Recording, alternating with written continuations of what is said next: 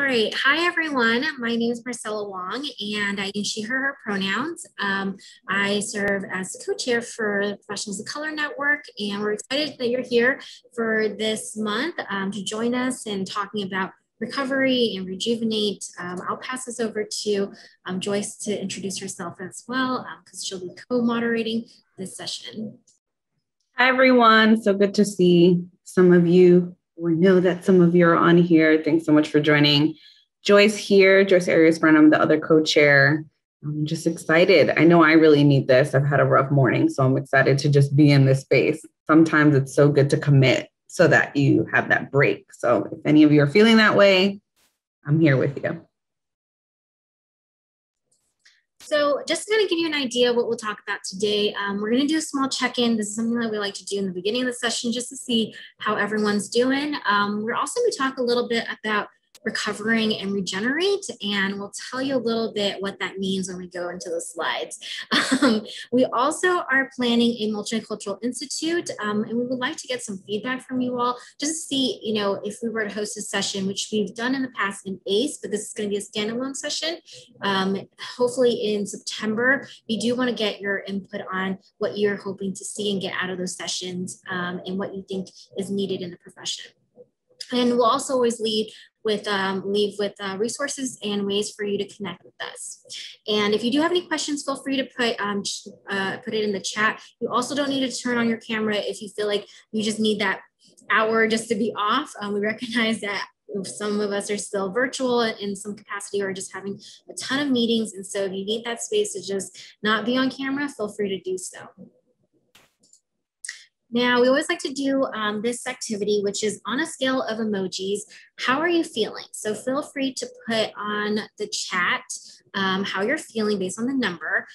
We know people can be, feeling 1 and also 6 at the same time, or just also 5. And so feel free to put as many emojis as you feel is relevant to you. And if you feel comfortable to share, you can unmute yourself and talk a little bit more about how you're feeling. Or if you're feeling great, that's awesome. No shame in that. For, if you're feeling really, really good and you're at a 1, at a 4, cheers to you. I salute you. I need that energy. So it's okay if you don't feel, a 5 like me. Good. We got some 6s, feeling good. At work 7, in this meeting 4. Yes.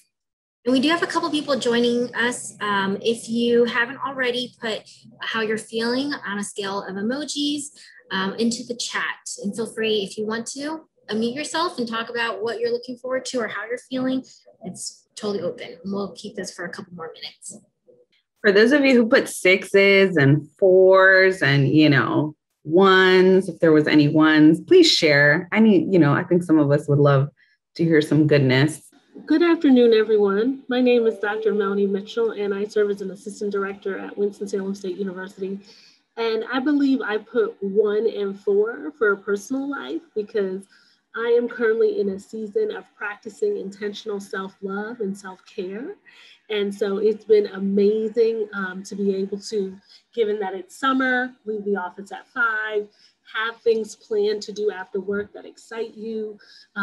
And trying new things. I'm going to a step aerobics class. I haven't done step aerobics in years, love step aerobics. And just trying to get to know my, my city and my town more. I think sometimes as professionals, we move.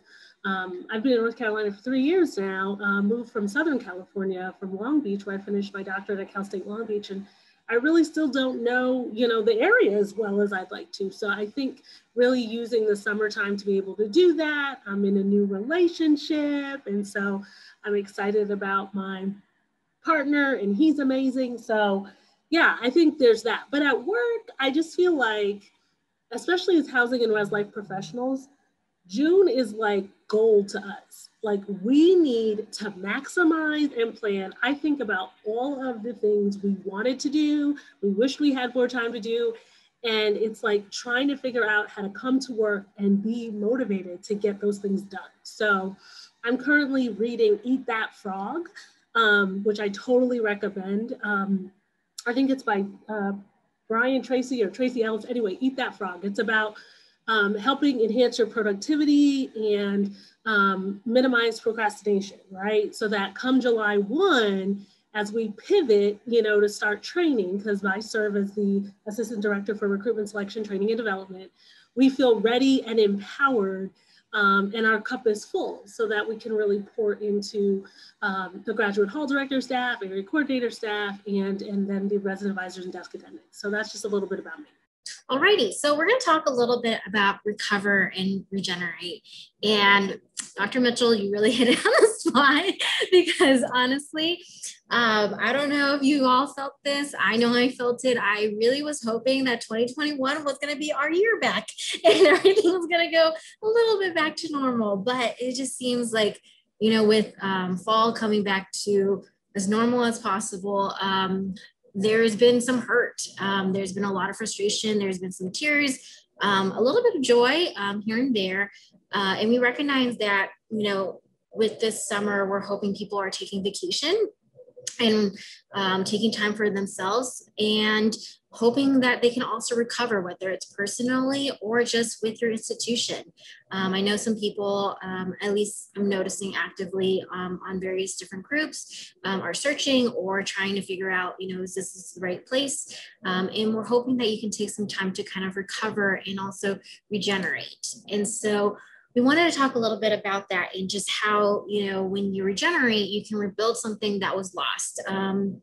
And sometimes it's a little bit spiritual, but we recognize, again, like the past 2 years has just been really rough. And we're hoping that June is going to be your month where, you take that time to, come back and figure out what is your plan and what you want to do about that. So we did want to kind of leave some people with some resources and to talk about some ways that you can recover, whether it is personally or from the workplace. And so we know, for our housing folks who are doing assignments right now, you might not have the recovery moment because we know it's rough with assignments, and some people are upset or they are happy with their assignment, and we know how that can burden us in the summer, or conferences if you're still having those, or summers. But if you're able to, there is some ways that you can recover from being overworked, and we recognize that sleep is really helpful, exercise if you're able to. And also the mental recovery, whether you are interested in, doing some meditation or practicing some healthy eating habits that nourishes you. We also recognize that social media can be a lot.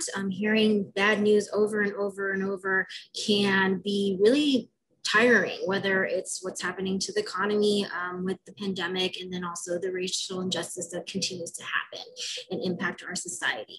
And so we do have some moments also to hopefully celebrate some moments of gratitude. And I think it's the silver linings that can sometimes happen, and how can we incorporate those as well into the things that you do.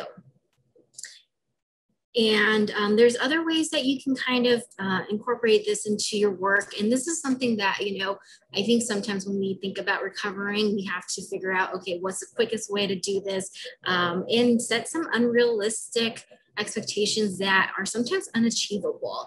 And I think something that has been very helpful for me personally is creating a couple lists of just what do I need and what do I need to do. And I know I've been exploring therapy and trying Talkspace, which I've always recommended, but never utilized it myself. And then also relying on my community of support, which I always call my kitchen cabinet, of different tools of different people who serve different needs. But also, setting some schedules and reminders for yourself, whether it's, stop looking at your phone at 10 p.m.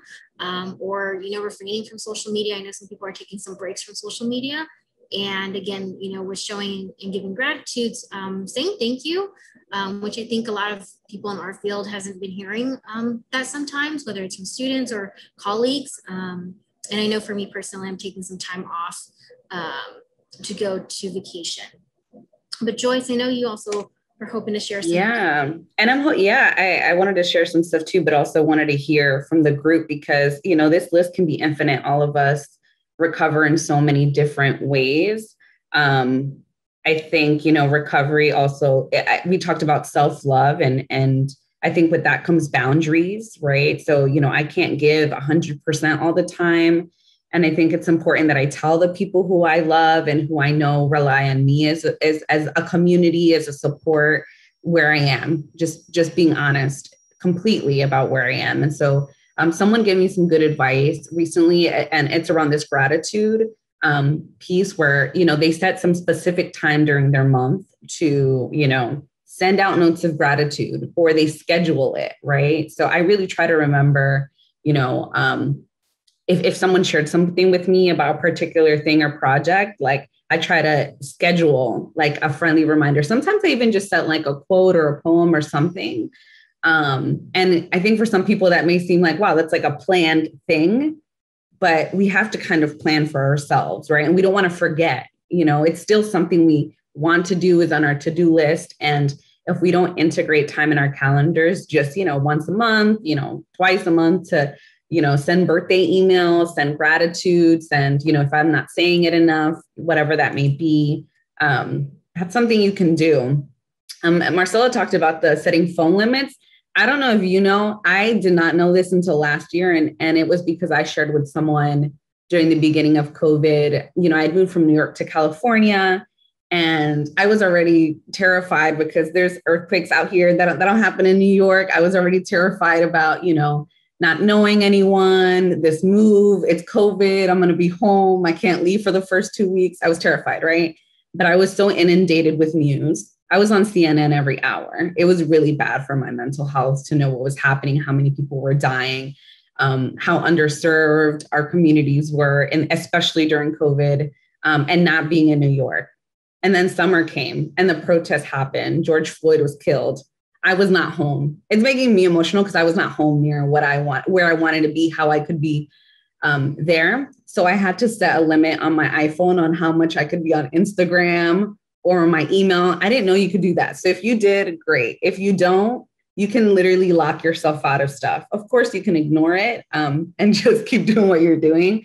But it was really important for me to give boundaries to myself and kind of protect myself from things. So if you don't do that already, please do so whenever you feel really inundated. Is there anything anyone has done for themselves? Please share. We're all looking to learn new things and new strategies because we all, approach it very differently. What's for your recovery? What does that look like for you? And just unmute yourselves and share, please. Something I did was I stopped all notifications on things that don't need to be needing notifications. It's like Facebook, Twitter, Instagram, whatever that may be. So I wasn't just on that social media seeing all that stuff. And then if I was off, I intentionally turned off notifications on my email, all the millions of group meets I had. No, I was unreachable unless I intentionally did that myself. And that was incredibly helpful. For me, hey, my name is Alonzo. I'm Assistant Director of Housing at Mississippi University for Women, FW. But yeah, for me, I started actually working out early in the mornings before work. It was something I used to love to do, work out all the time, and just family life and work life took that away from me. So recently I just started back, and I've been feeling a lot better even coming into work. And so I encourage anyone, if you can get up early in the morning, get active.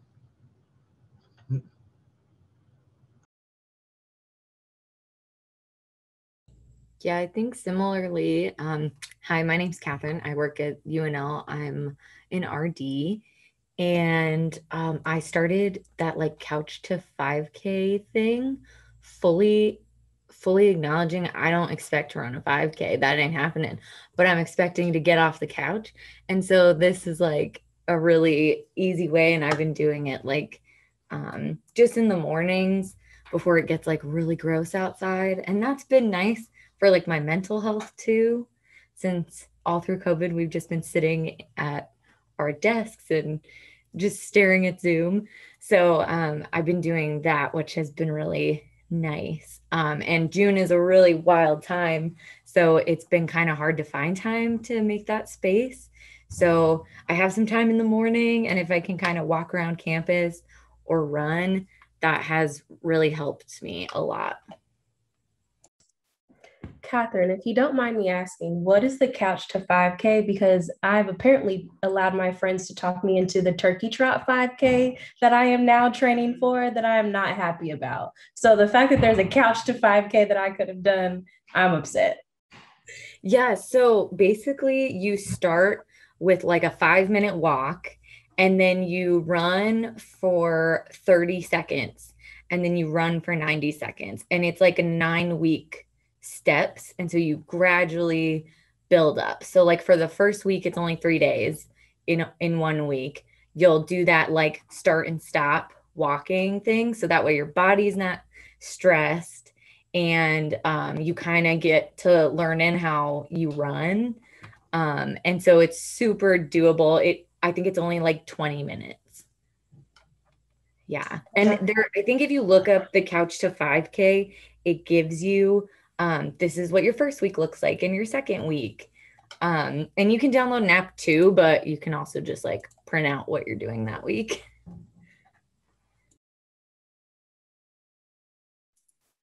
A lot of folks have shared in here that they are using Calm app, Headspace to do breathing, meditation, exercise. I also use this. And what I would suggest you do is, depending on your insurance, sometimes what they've done during COVID is cover those apps. So if you, in California, they have, a lot of people have Kaiser. I don't know if all other insurances, but Kaiser pays for this app for you for a year.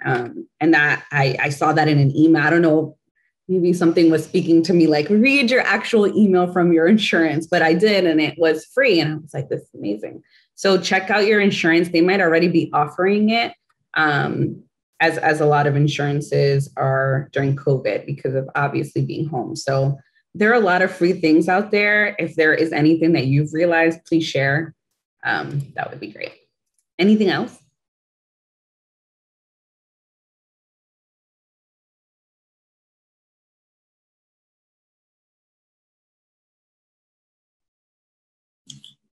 Hey, Joyce, this is Eddie. Hey, folks, this is Eddie, carry on he, him, his pronouns. I'm zooming in from Georgetown University in Washington, D.C. On unceded land by the Nacotchtank people. So that land needs to go back. Reparations need to be paid. Speaking of reparations, I think something that I've been trying to center for me in trying to recover, right? And I'm so grateful to the folks who are setting the hard boundaries and really doing the things to decenter work. I'm trying to do all of those things, and there's also a part of me that acknowledges that, and I think, Marcella, you said this at the beginning, like, or I'm paraphrasing here, it's like we have seen too much over the last 15 months, right? Oh, shit, it's felt like 15 years, but we've seen a lot over the last 15 months, and I surmise that our colleagues in the virtual room have maybe felt a disproportionate burden because of the role that we play on our campuses, because of the real and special roles that we play. And I think there's a part of me that is still hurt. And I think that we will get through this, pat ourselves on the back and say, gosh, we survived this pandemic, because that's like the number one rule of any pandemic is to survive. But also because we have seen too much, we know that there are real significant gaps, real hurt, and it requires healing. And I don't want to just sort of leave it up to our institutions to name that and to do something about it. So there's that part of me, that little bit of fire that I still have to say, well, what are you doing to help us be more whole, right? And that can look very different for all of us. But I think given the role that I play in my own office as a positional leader, that's where I want to put my energy, because I feel like whether it's reparations, whether it's sort of some sort of form of reconciliation, I think that for me will help, because I don't have enough vacation days to make me feel like I can come back and just be happy again at work. And yes, I will never cede my happiness and feelings to someone else, but I've been recently reading up on this thing in the mental health world called betrayal trauma. And that's where, folks that, whether it's people or institutions that you're in a relationship with who you feel are supposed to take care of you or be there to support you, right? Like a place of employment, betrays you, right? And I think that there, like any sort of trauma, there has to be healing. And that is not just the responsibility of the victim or the people who have been hurt, right? Yes, right. And we know this from our work with, in Title IX, or students, and folks who are targeted by bias and hate, that you have to, shed the identity of being a victim, but also there has to be work that's done in service of making that person whole.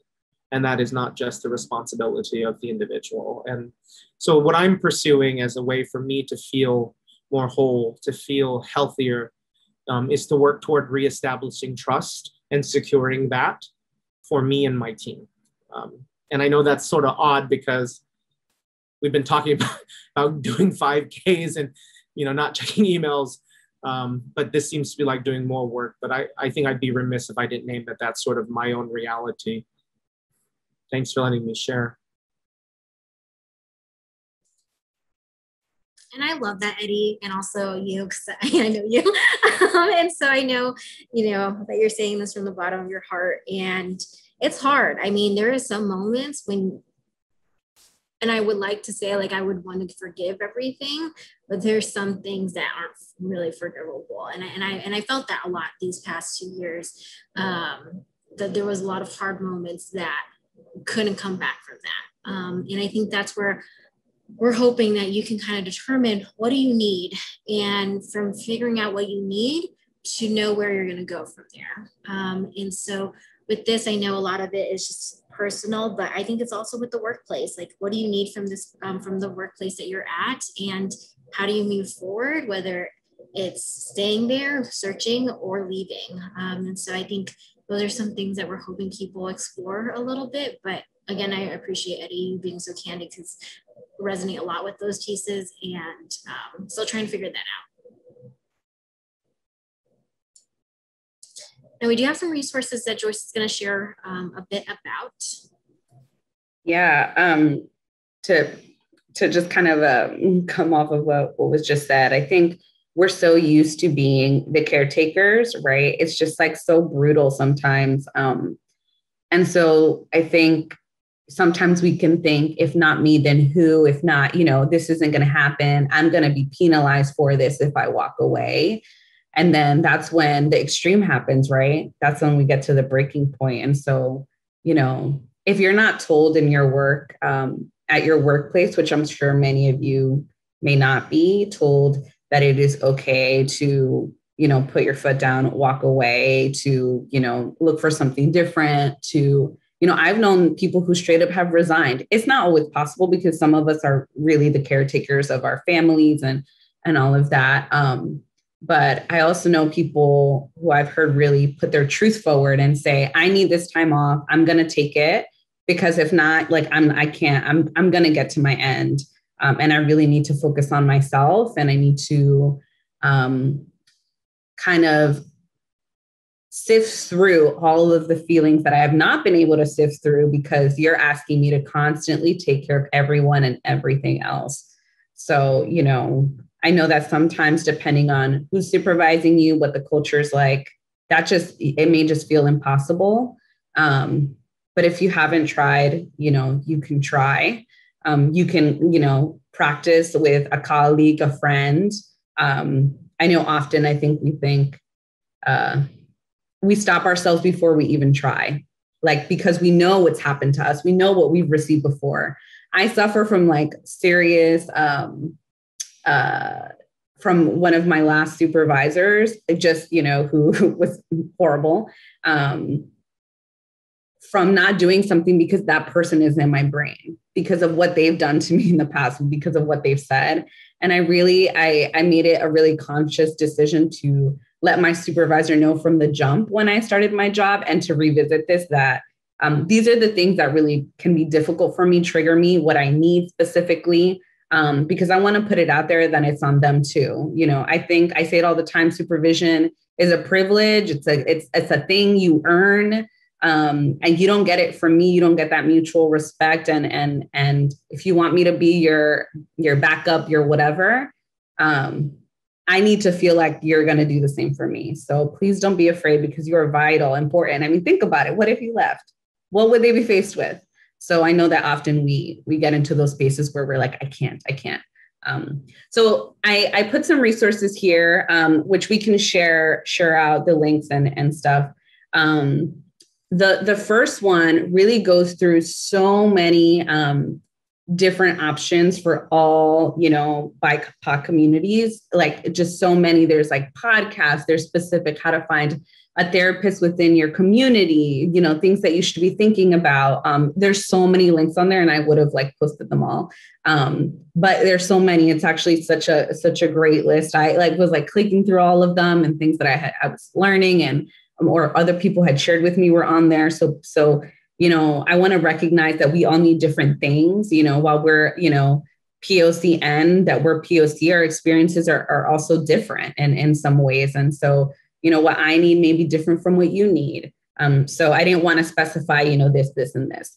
I did want to, you know, there's this therapy for Black women and girls. I was looking for more resources and hope that you can, if you have any, to please share out. But that one specifically funds, like if you don't have the means or the funds, or, you know, your insurance isn't covering that, you can apply. It's a quarterly process. If you identify as a Black woman, this is something for you. Like, please, if you know, start, if you've never done therapy, you know, I did therapy once a week, like right before I moved here, and it was so necessary for me. You don't have to be breaking apart, you know, you could just be working on your healing to do therapy. And so there are other resources as well, in that top link that relate back to therapy and finding someone. I mentioned before, you know, that Kaiser, the insurance I'm in, you know, provides the Calm app, but I didn't know until last week that for months, my university was providing like therapy during this time in addition to, and I was really mad about that because my own insurance has terrible mental health like support. So just to say, like, making a note for yourself to look at their website, to look at what they're offering. Employee assistance program, a lot of universities do, meaning like 6 free sessions you get, and then you can continue on. But sometimes you just need, you know, a little bit, and sometimes you realize this is something great and I need more. So look up employee assistance program or EAP on your university's website. That is available to you as well. And then social communities, I think, are really important. This is like one of the things I've dove into outside of just having, like, I love this group, and it's always so great to hear all of you share and speak and just like be in your joy, but also be in your moments of difficulties. But it's also nice to have non-higher ed people, non-res life folks, and like a non-group to also hear their struggles and really have an outside perspective as well. So that link has like all these social communities you can join, depending on, you know, how you identify. It's also some intersectional, like, you know, groups. So that's a really great resource. You might get like lost in it because there's so many things, and I think sometimes they're hard to find. So please, you know, visit those sites, see what speaks to you. Anyone have any resources or website or things that they love? Please put them in the chat if you haven't already. And if you want to share them or give a shout out to something that's really giving you support, please share. We love to hear it and share it. So I'll give like a minute if anyone wants to shout out something that has been vital to them.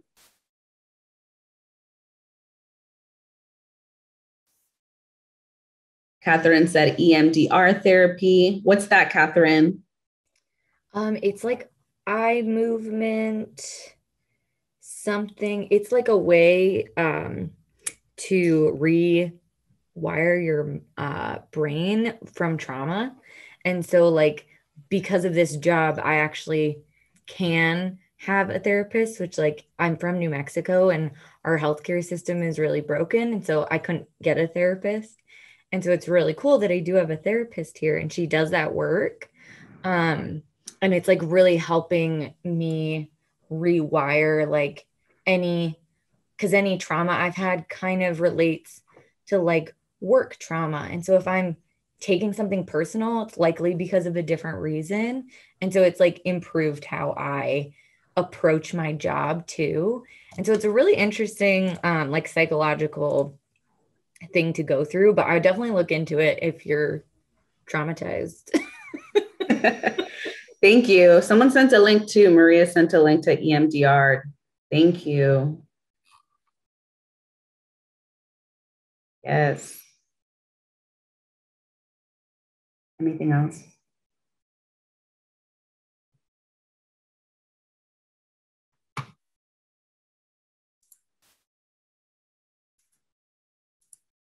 All right. Okay, so all of this, right, is so so vital. And I think Marcella and I, you know, we usually have a multicultural institute at ACE. And this year we have an opportunity to not just make it like a half day thing, but go beyond. And typically, you know, this institute is, you know, we follow like, you know, something we've done every kind of year. And we really want to go beyond that. And we really want to make sure that we're hearing from the network about what is really vital and important to you.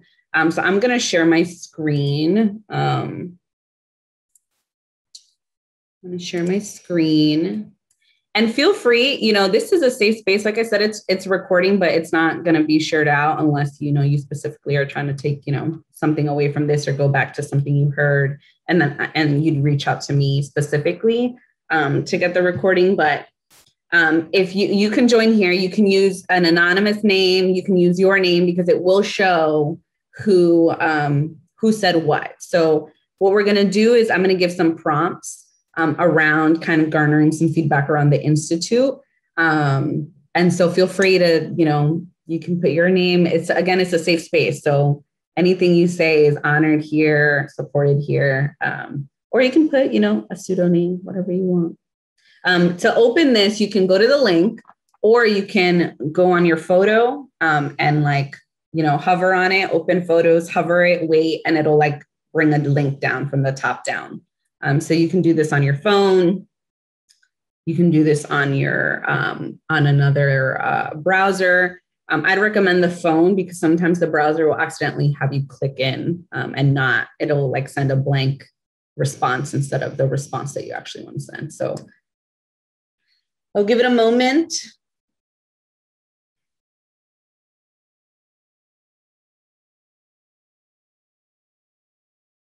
Awesome. If you'd never done this, we did this last week and we had a really fun game. It was more, you know, fun and some joy in there. If you haven't done slides with before, essentially it's going to take all of our responses, show it, share it out. And for this one, we're looking obviously for the feedback, but there's some fun noises here. So if you feel like at the bottom corner of your phone, if you feel like, yes, I really feel this, I feel what this person is saying, I feel, you know, this response, I'll just show you. That's like clink, clink, like cheers to that, right? So there's some sounds. Feel free to have fun with it. Experiment. Yeah, thanks, Kat. Exactly like that. You know, whatever sounds. If you've never done this slides with, and you're interested in hearing more, you can always email me or message me on Facebook directly, and I'm happy to share. I love this thing. I've been able to use it for lots of different things. So, all right, are we waiting on anyone else? Let's see, 5. I'll give it another 20 seconds for you to join, and then we'll get started.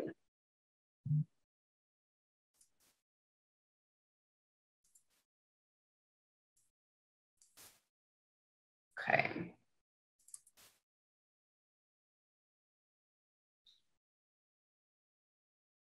All right, we're going to get started right now. Okay. So name the session that white allies, counterparts, supervisors, and peers should attend. What is the name of that session? tell us, right? So we're thinking in the sense, the Multicultural Institute has typically been, anyone can join in. You're joining, to learn more about your own identity, to learn from other POCs in the field, and allies join us as well. But this year, we're really hoping to have some, POC only spaces and some ally spaces, which we have not done before. And so we're really curious, what do you think they should attend? What do you think should be offered to them? What would you like them to learn? What do you want them to hear? Name that session. And please, if, when you're inputting, please someone, if you really read one and you're like, yes, I agree, or if you submitted it yourself, share with us why. What would that look like? What are you hoping they learn? Obviously, what we want to do is support, but we also want to, have them feel, what's the word? So have their own self-commitment to this work, right? Because we solely don't want to be teaching all the time, right? So for them to have some agency, right? Or if you feel like, you've had a supervisor, peer, someone a colleague who already, is such a great ally, you can also name, what session you think they would have created. Has everyone been able to submit? No, not yet. Oh, sorry. I think I had to click. There you go. I'm sorry. I gave you moments to think.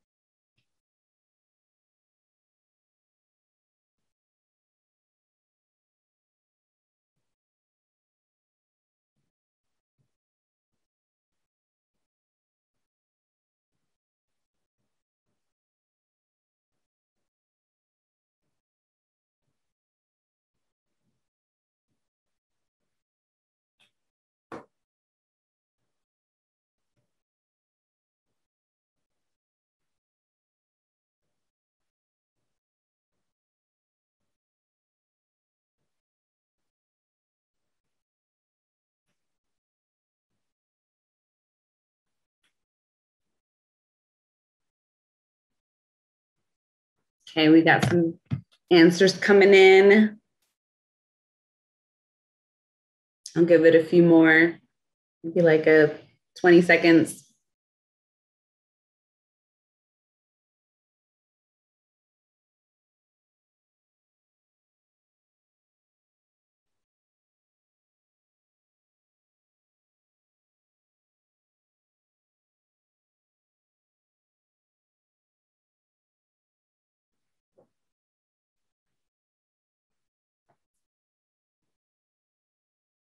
I'm really excited to see what you've come up with.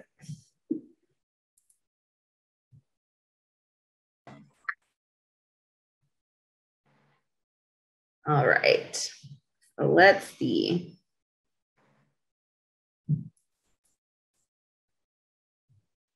All right.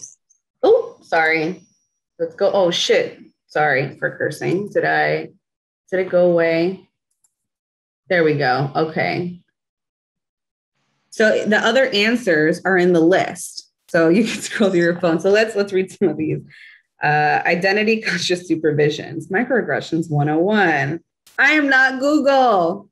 That was great.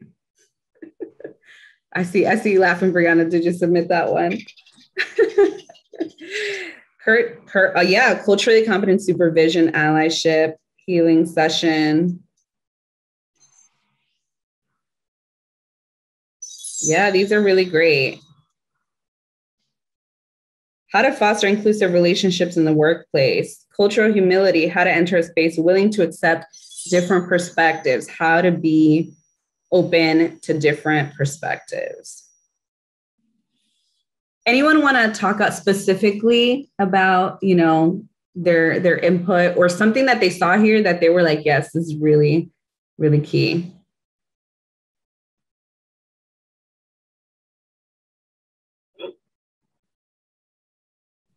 Oh, I heard someone.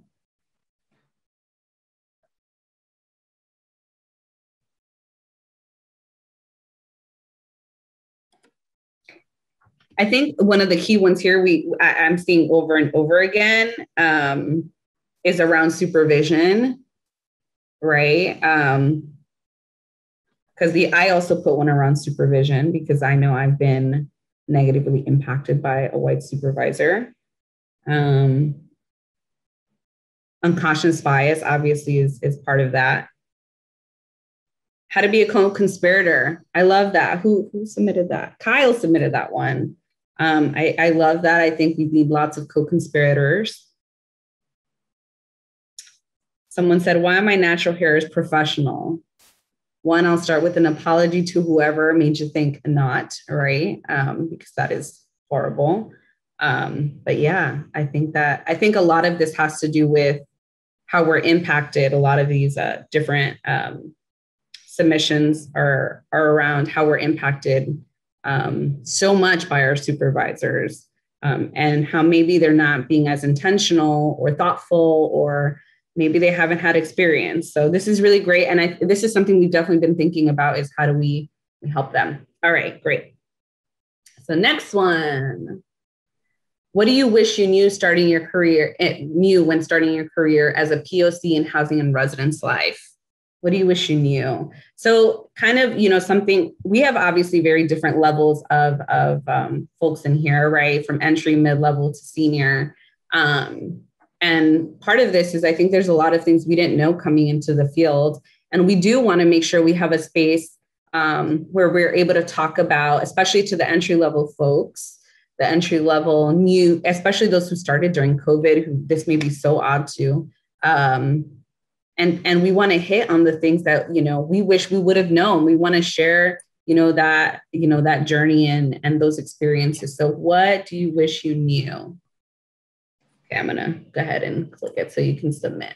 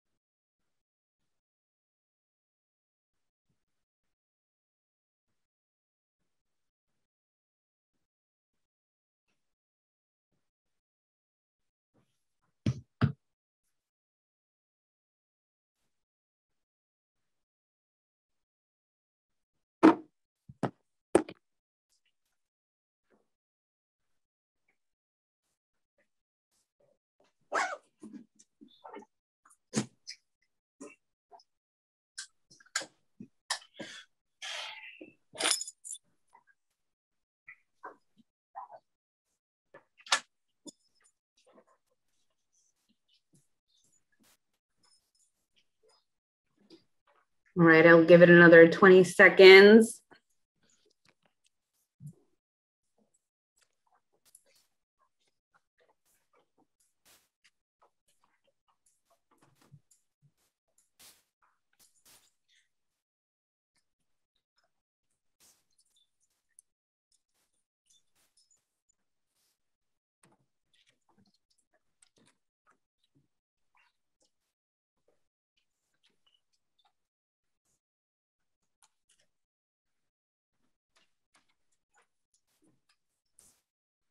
All right.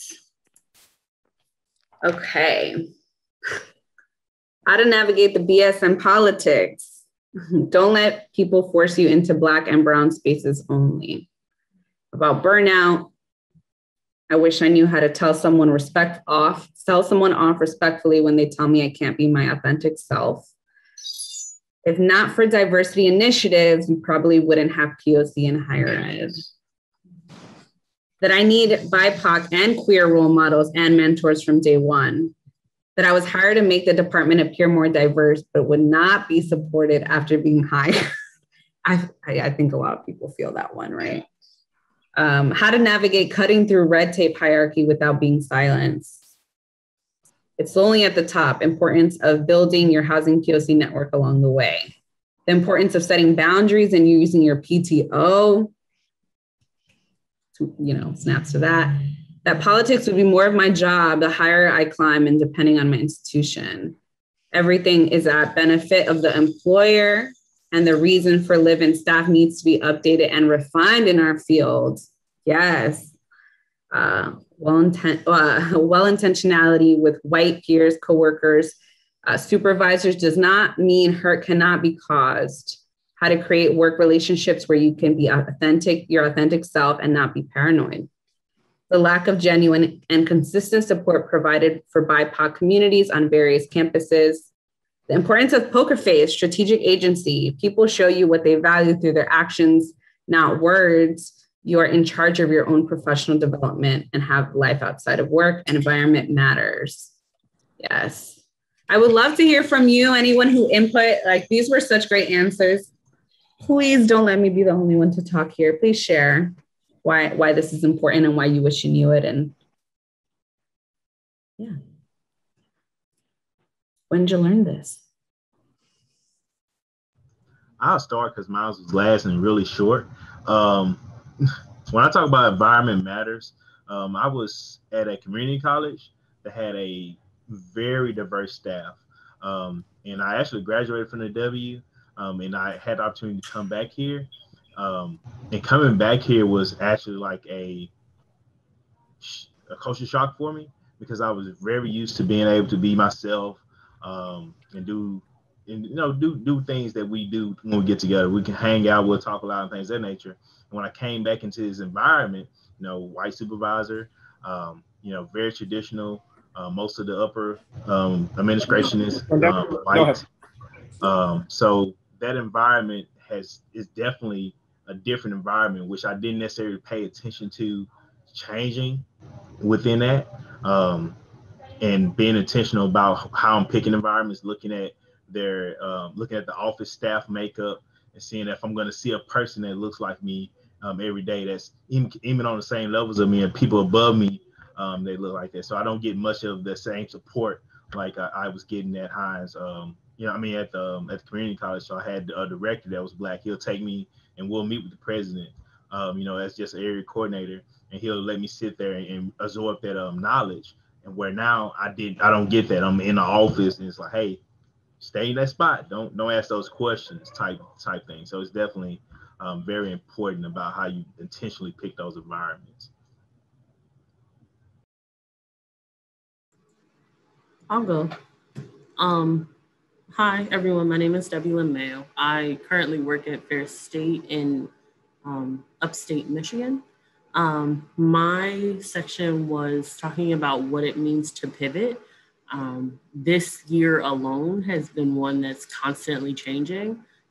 For example, a week before, we were told that we were not going to test students before they came for COVID. And then 2 days before, we literally had to change everything in regards to our centralized check-in. And then the week before closing in the fall, we got word that everybody was pushing back 1 week. And so it kind of definitely made me understand what it means to constantly go with the flow and understand that change is always going to be present and prevalent. And I think that it was super important to understand that it's going to be something that's always in our field.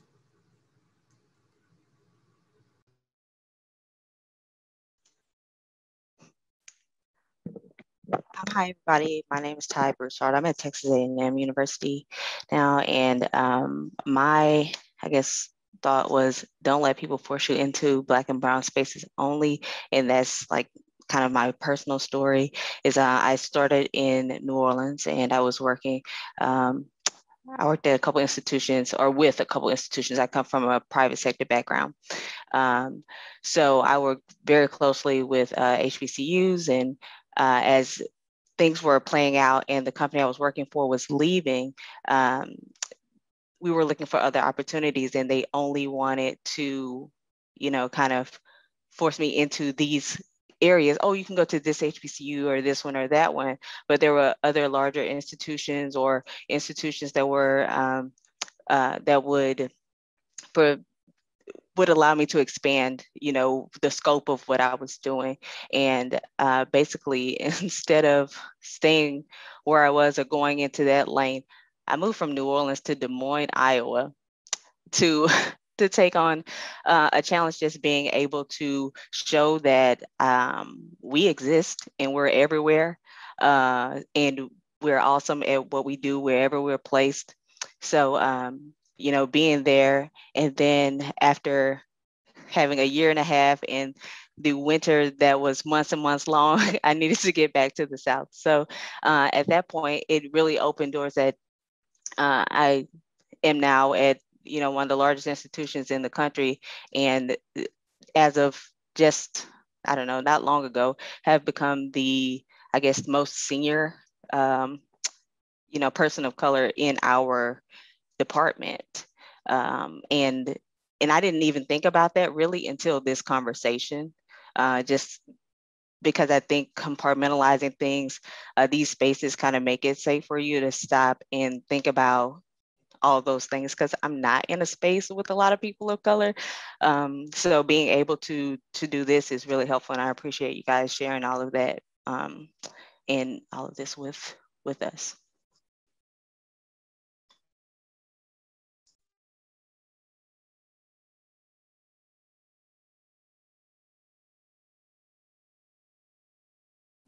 I could talk a little bit. My name is Maria Rivero. I use her age pronouns. Currently, I'm at the University of Minnesota, Twin Cities. I'm a residence director, so it's entry level. And so I graduated from grad school in May 2020, and I went through Rutgers program, and it was all about we need to do better, creating the new wave of student affairs professionals, and it's all about being your authentic self and knowing yourself and learning yourself and what you do in your role and how to transfer that so that students can see that.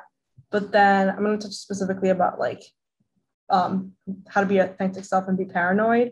When you come in to your first entry level role, like, and especially if there's mostly like white folks around, it's like, can you be your authentic self if they're not responding well to that?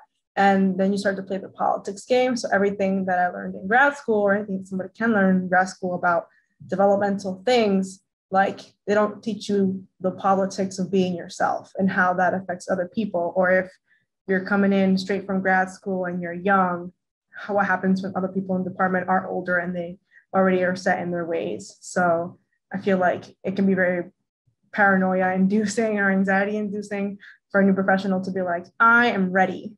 And then a couple months in, it's like, I was not very fast. So there's that.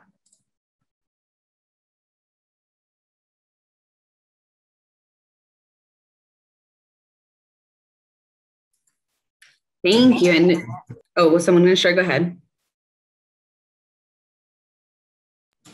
Well, I was going to, but I was like, I'm really kind of struggling with my thoughts. I was really struggling with what to physically type in because I had so many things to type in.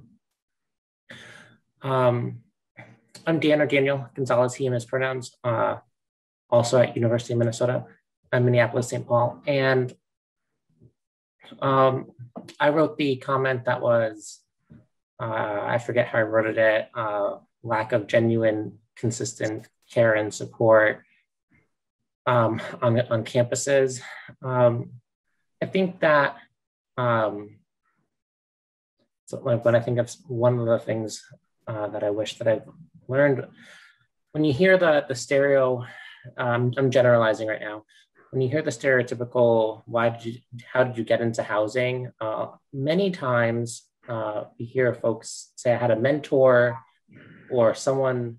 I was when I started college, I wasn't gonna know that this was a job, and then someone kind of brought me under their wing, and then I magically found my way into housing.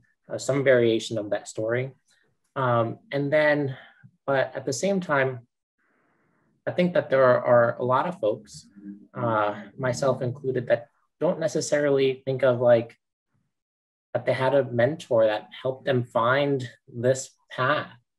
It kind of just happened. And then we often find folks without great mentorship, becoming in entry-level positions, getting a master's degree in a field, and becoming more in debt, and then finding a place where they think that they were going to be great, and going to be a place where they are going to be welcomed and supported, and that's not necessarily the case.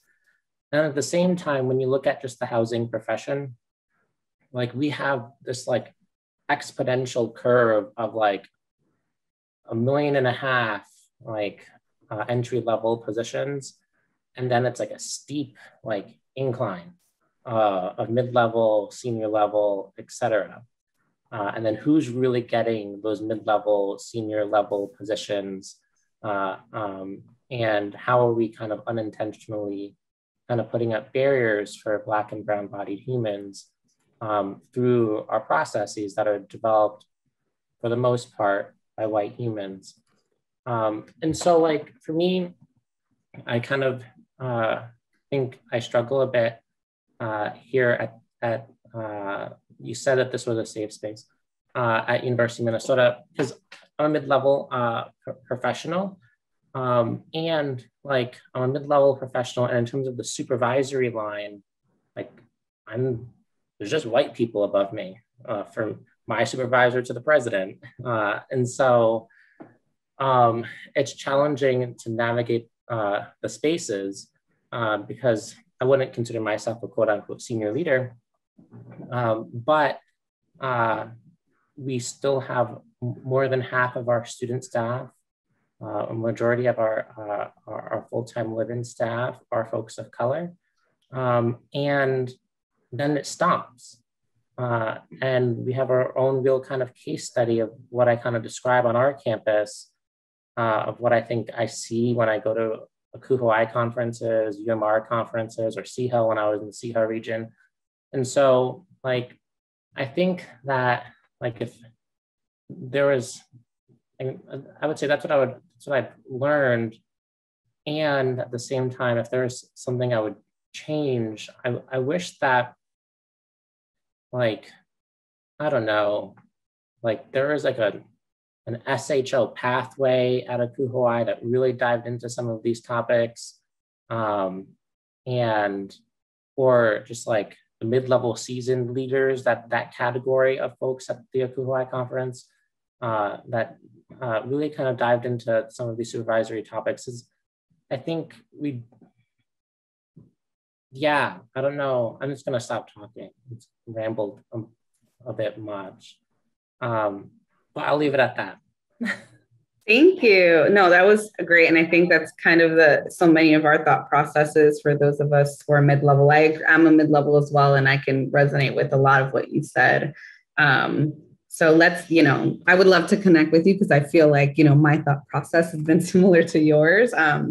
And we are thinking about that. That's we have in the Multicultural Institute typically a panel called Pathways to Success, and it's with other mid-levels who are POC and their struggles and their accolades, and how did they get there? Especially when you said it's like a pyramid, right? There's a constant joke I see all the time that res ed or higher ed is like a pyramid scheme, right? At the bottom, they say you're so needed and they really wear you out. And then you get to the top and it gets smaller and smaller. And so there's no space for everyone, right? I want to honor time. I know we're 3 minutes over. I'm going to send just in here. We have a POCN network reception at the annual conference. We're funding, POCN are funding 6 professionals. If you didn't sign up and want to, you still have some time, because we're going to look at it, before the end of the day. So I'll give you the next hour if you are really interested in that and want to get some funding to go. Submit. I will tell you, your chances are good. We have a good chunk of submissions, but not like 1 million that it's impossible. So please submit if you haven't done that already and need funding. And yeah, I also want to say that someone in the chat talked about professionalism. I think it was Morgan. And yes, oh my God, this is so key. Well, how many times have they use the word professionalism about actually who you are, right? And how you come into a space. So that's definitely something that is really important and can even be one of our topics in our connections. So thank you so much. I know we're at time, but I'm really glad that we've had this space together. Please feel free to email me or Marcella, or reach out on the Facebook group with any questions, any suggestions on our next topic. If you want to run one of these because you want to lead a conversation, please feel free. We're always so open to have others lead the conversation with us. So thank you. If you want this recording, if you want some of this information, if any of it, just reach out to me and Marcella, and we're happy to share it with you. Thanks so much. Have a good rest of your week. Bye.